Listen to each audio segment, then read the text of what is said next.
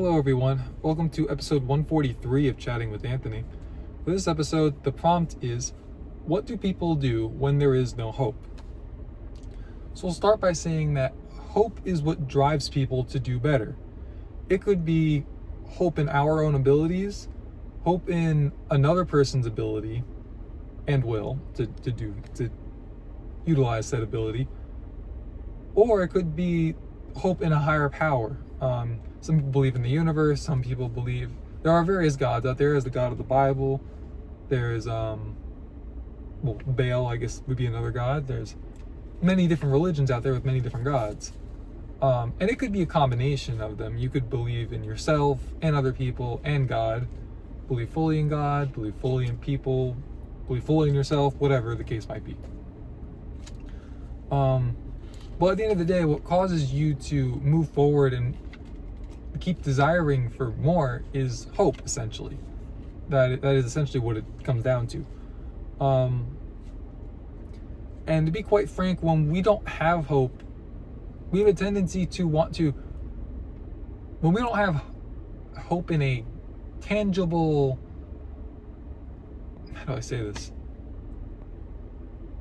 When we can't see a hope in a tangible result, like within our personal lives, we will resort to finding hope in other things,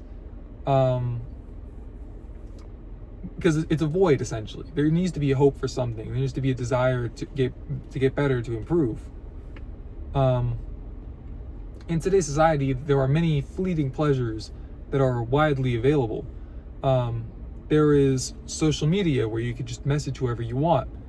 There is pornography. There is other forms of entertainment, such as sports, shows, and movies. And I know as a sports fan myself, it hurts me to say this, they're all pretty much the same at this point. Sports are, it's paid entertainment. It's a lot of these leagues have millions.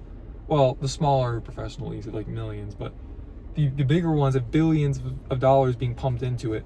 It's an act, right? I'm not saying every game is scripted, every game is fixed, quote unquote, but trust me, it's not as authentic as it might seem. And so, because we're human, essentially, even if we have great circumstances, we will get to a point where we eventually lose hope. I believe it's a when, not an if. I believe there are some people that might never lose hope. I believe it's possible. Just think it's so unlikely that I'm confident in saying that it's a when, because I believe it would be, if not 100%, 99.9% of the people who live to make it to an age that they're old enough to conceptualize this. But yes, because we will get to that point eventually, what do we do? I believe that the number one thing that we can do is turn to God and ask Him for some kind of divine intervention, which is just a fancy way of saying you ask for help. I believe that Christ came, I know as a matter of fact, that Christ came to save us on the day of judgment and to live this life in order to give Him glory for it. He helps us sort through our own personal problems, and that allows Him to show His might to others. Allows for eyewitnesses and for testimonies to be brought up as a result.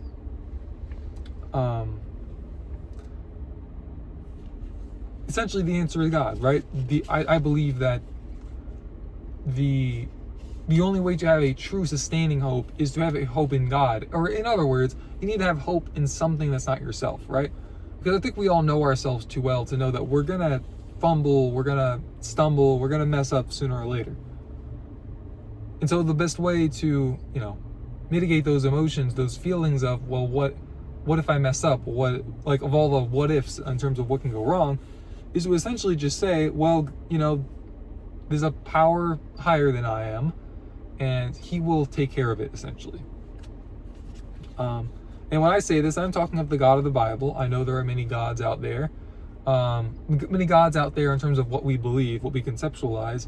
The Bible says that there is only one true God.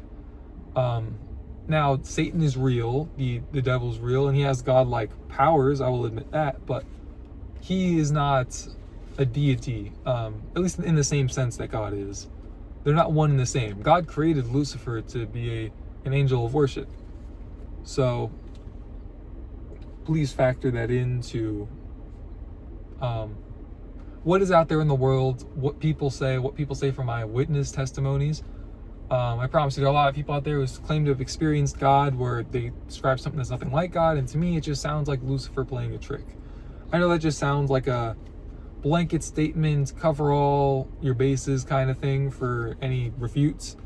And I'm willing to talk about it if you guys want to go into the comments and leave some suggestions for some explanations. I'm willing to have conversations about this, but that's just my belief in it. So, yeah, I hope this video just gets you thinking a little bit, as the goal is with all my videos. Many times, outside of my calls to turn to God, I like to view my videos as being a presentation of information rather than a command or a direct order.